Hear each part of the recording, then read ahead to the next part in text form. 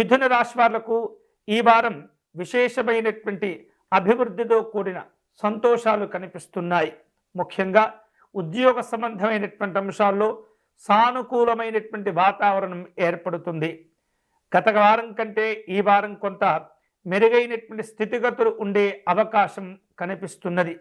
అలాగే స్నేహితులను బంధువులను కలుసుకుంటారు. అధికారిక పరమైనటువంటి సమావేశాలు ఉంటాయి. రాజకీయపరమైనటువంటి చర్చలు ఉండే అవకాశాలు కనిపిస్తున్నాయి. అందరితో కలిసి వినోదపరమైనటువంటి కార్యక్రమాల్లో పాల్గొంటూ ఉంటారు. ఈ వారం మిథున రాశి వారు ఆర్థిక విషయాల్లో చాలా జాగ్రత్తగా ఉండాలి. ఏమాత్రం నిర్లక్ష్యంగా ఉన్నా సరే చాలా ధనాన్ని మీరు నష్టపోయేటటువంటి సూచనలు కనిపిస్తున్నాయి. ఎన్నో రకాల సమస్యలు ఉంటూ ఉంటాయి.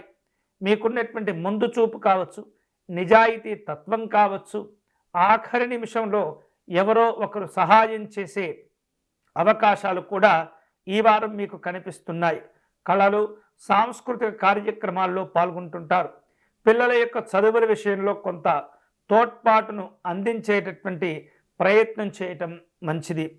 ఈ వారం ఈ మిథున రాశి వారు వల్లభ గణపతి స్వామి వారిని పూజించటం, గణపతి స్వామి వారి యొక్క అష్టకమును పారాయణం చేసుకున్నట్లయితే కొన్ని రకాల అనుకూలతలు మరింతగా పెంచుకునే అవకాశాలు మీకు కలిసి వస్తాయి.